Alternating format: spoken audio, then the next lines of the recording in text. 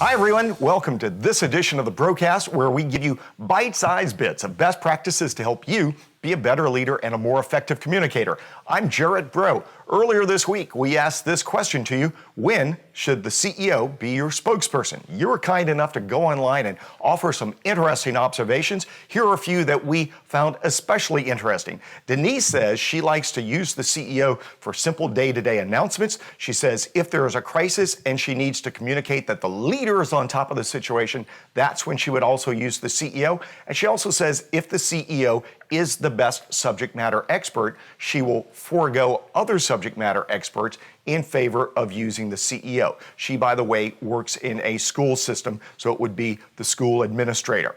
Lisa, on the other hand, says it really depends. She likes to reserve the CEO for when they absolutely need to be heard. And interesting, she notes that if they speak to everything, they lose their ability to command attention. I think that is a brilliant observation, Lisa. Dan says he uses the CEO when the CEO can significantly enhance the corporate image or the brand for their product. He says also in a crisis, if you need to communicate sympathy or leadership, that's when Dan would use it. Also, good observation, Stan. Tim, on the other hand, says always use the CEO.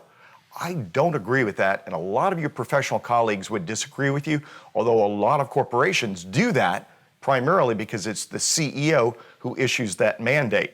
John says always use the CEO when he's a really cool guy who wears turtlenecks and glasses. Obviously a reference to both Steve Jobs and, if you look at John's own profile picture.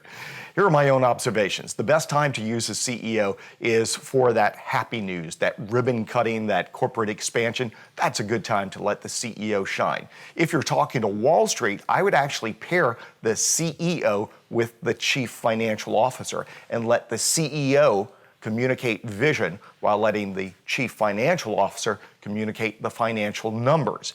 In a crisis, I don't send out the CEO unless absolutely necessary. And the only time I think it's necessary in a crisis is if there is environmental harm to the community, if the community has been impacted by a fire or an explosion, if there are serious injuries either inside the facility or outside, and certainly if there are fatalities inside the facility or outside the facility. That is the time for the CEO to communicate empathy, sympathy, and condolences. But I don't use the CEO too frequently. I prefer to send out a PR person first and a subject matter expert second. So, great observations this week. Thanks for sharing your opinions online with your professional colleagues. We will be back Monday with another question. To make sure you see that question as soon as it is posted, please make sure you're subscribing to this YouTube channel, The BraudCast. For The BraudCast, I'm Jarrett Bro.